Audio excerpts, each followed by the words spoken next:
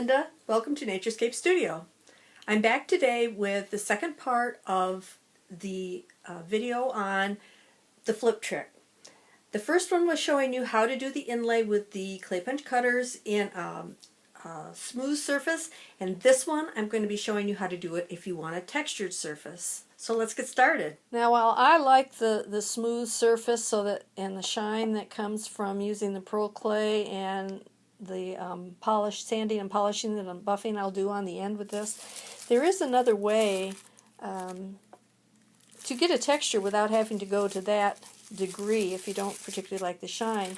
I did a sample piece here, and my friend and clay buddy Jan Montarsi told me how he did his. He puts a texture on his, and this piece doesn't have the high shine that the other does, and once you've got it done, you're done. So I will show you how to do the texturing and applique.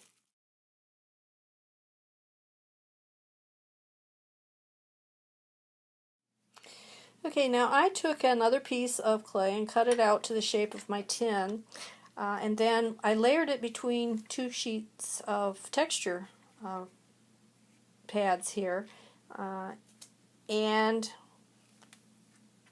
I didn't even have to use a release on that. It came right off. I ran it through my pasta machine and I've got two sides textured.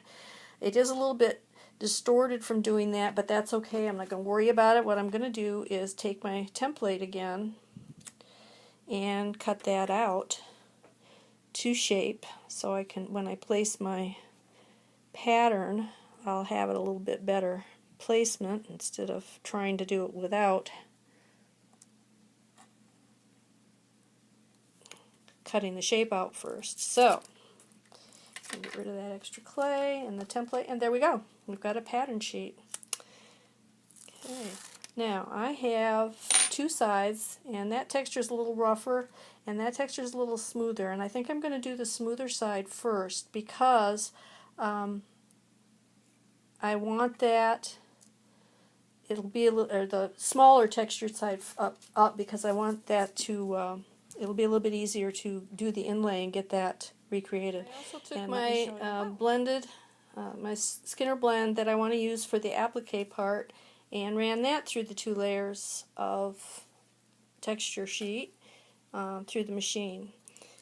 Stretched it out a little bit too, but that's okay because now they're both the same thickness, and that's kind of important when you're doing an inlay, is that you want the parts that you're going to inlay in the same thickness as the base sheet.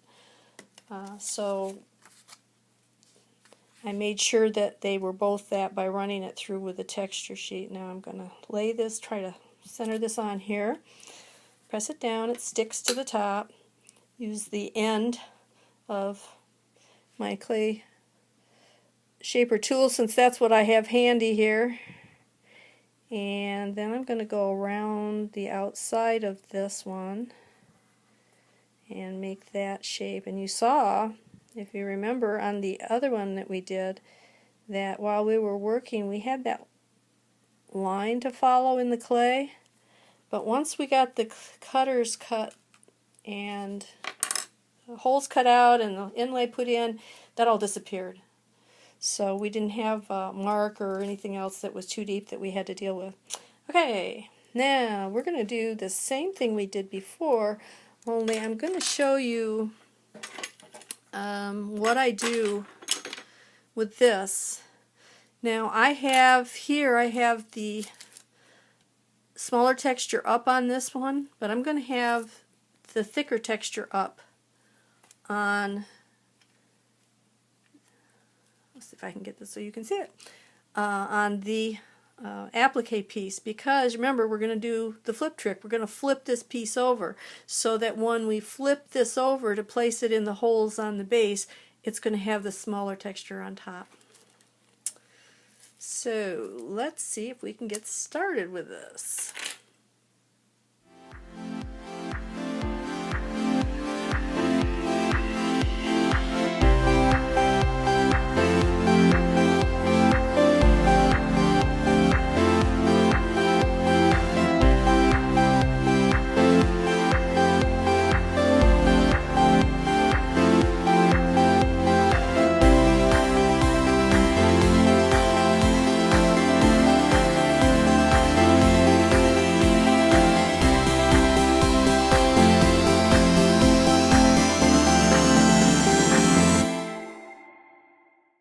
and if you didn't see me doing that before, I'm kind of placing this texture sponge on top of here and pressing down, and this kind of helps these to lock in.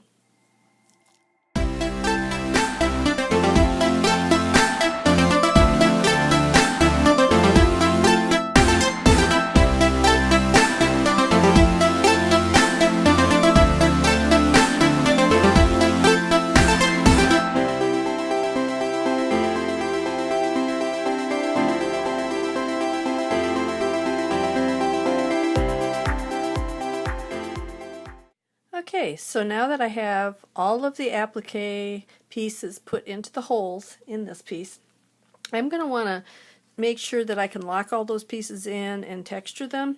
And I told you once, you could go along like this, but I found an easy way to get those to lock in was to go ahead and put the texture sheet on top and then gently rub it all the way around the pieces, and that added the texture, helped to lock the pieces in, and made this a nice surface, textured surface.